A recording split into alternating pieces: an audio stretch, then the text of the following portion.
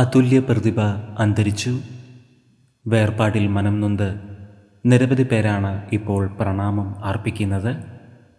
എക്കാലത്തെയും classic novel ചെമ്മീൻ ജാപ്പനീസിലേക്ക് വിവർത്തനം ചെയ്ത എഴുത്തുകാരി തക്കാക്കോ അന്തരിച്ചു. ഏറെക്കാലമായി ഇവർ കേരളത്തിലാണ് താമസം. കഴിഞ്ഞ ദിവസം കൂനമ്മാവിലെ വസതിയിലായിരുന്നു അന്ത്യം. തകഴിയെപ്പറ്റി 2 ഡോക്യുമെൻ്ററികളും തക്കാക്കോ നിർമ്മിച്ചിട്ടുണ്ട്. 79 വയസ്സായിരുന്നു. ജപ്പാനിലെ ഇറ്റാമി സ്വദേശിയാണ്.